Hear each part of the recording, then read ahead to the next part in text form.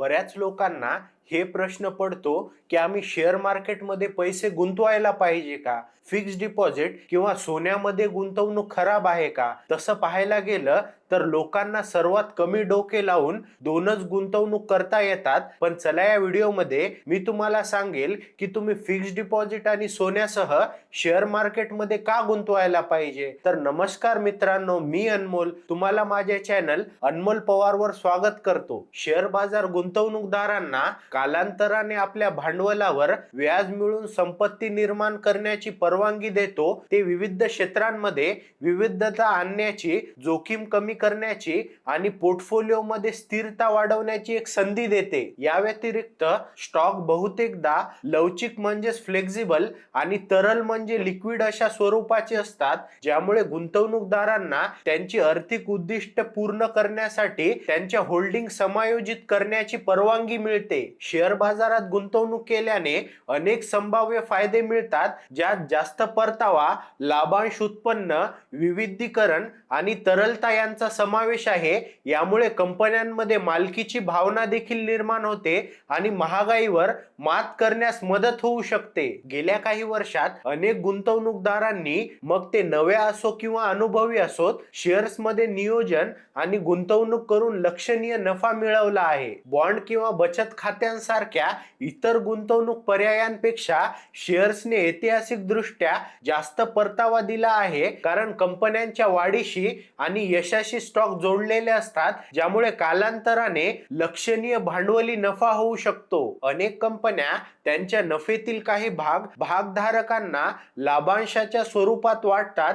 यामुळे नियमित उत्पन्न मिळते, ज्यामुळे संभाव्य भांडवली नफ्याला पूरक ठरते. शेअर बाजार विविध उद्योग आणि क्षेत्रांमध्ये गुंतवणुकीचे विस्तृत पर्याय प्रदान करतो. तुमच्या पोर्टफोलिओमध्ये विविधता आणून तुम्ही तुमची गुंतवणूक अनेक कंपन्या आणि उद्योगांमध्ये पसरून जोखीम देखील कमी करू शकता. शेअर्समध्ये गुंतवणूक केल्याने तुम्ही ज्या कंपनीमध्ये गुंतवणूक करता त्या कंपनीची आंशिक मालकी मिळते. या कंपनीच्या निर्णयांवर मतदानाचा अधिकार समाविष्ट असू शकतो, जसे की बोर्ड मधील सदस्यांची निवड. चलनवाढीसोबत शेअर्सच्या किमती वाढण्याची शक्यता असते, ज्यामुळे तुमच्या गुंतवणुकीचे क्रयशक्ती कमी होण्यापासून संरक्षण होते. काही प्रकारांमध्ये स्टॉक गुंतवणुकीतून मिळणाऱ्या दीर्घकालीन भांडवली नफ्यावर सामान्य उत्पन्नापेक्षा कमी दराने कर आकारला जातो. शेअर बाजारातील परतावा अनेकदा महागाईच्या दरापेक्षा लक्षणीयरित्या जास्त असतो. उदाहरणार्थ,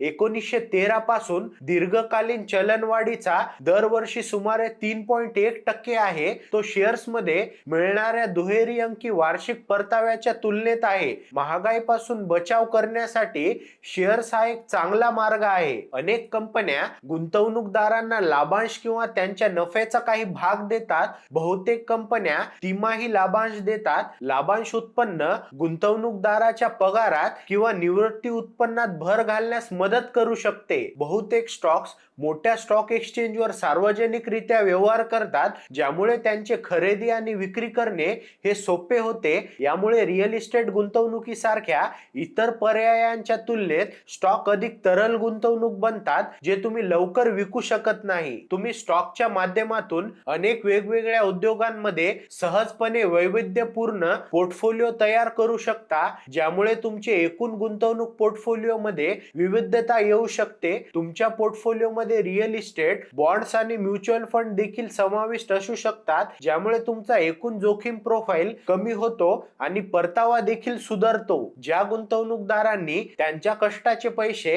अनेक प्रकारच्या गुंतवणुकीत गुंतवले आहेत, त्यांच्यासाठी शेअर बाजारातील गुंतवणूक विविधीकरण प्रदान करून मोठा फायदा देते. शेअर बाजारातील गुंतवणूक बॉन्ड्स आणि रिअल इस्टेट सारख्या इतर गुंतवणुकीपेक्षा हे चांगले आहे, कारण स्टॉक स्वतंत्रपणे त्याचे मूल्य बदलते. भारतातील शेअर बाजारांचे नियमन security exchange board of India म्हणजे सेबी द्वारे केली जाते. Security exchange board of India हे स्टॉक एक्सचेंजचे नियमन, त्यांच्या विकासाचे आणि प्रामुख्याने कायद्यानं सर्व गुंतवणूकदारांच्या हक्काचे संरक्षण करण्यासाठी मुख्यत्व जबाबदार आहे. जेव्हा एखादा गुंतवणूकदार त्यांचे पैसे शेअर बाजारात विविध वित्तीय उत्पन्नामध्ये गुंतवतो तेव्हा त्यांचे हित देखील सेबीने घालून दिलेल्या नियामक चौकटीद्वारे संरक्षित केली जाते. यामुळे कंपन्यांकडून होणाऱ्या अनेक फसवणुकीच्या कृतींचे धोके कमी करण्यास मदत होते. शेअर बाजारात प्रवेश करू इच्छिणारा गुंतवणूकदार स्मॉल कॅप आणि मिड कॅप कंपन्यांचे शेअर खरेदी करून शेअर बाजारात त्यांची छोटी गुंतवणूक करू शकतो. परंतु लहान युनिट्स मध्ये शेअर्स मध्ये थेट गुंतवणूक करण्याचा आणखी एक मोठा फायदा म्हणजे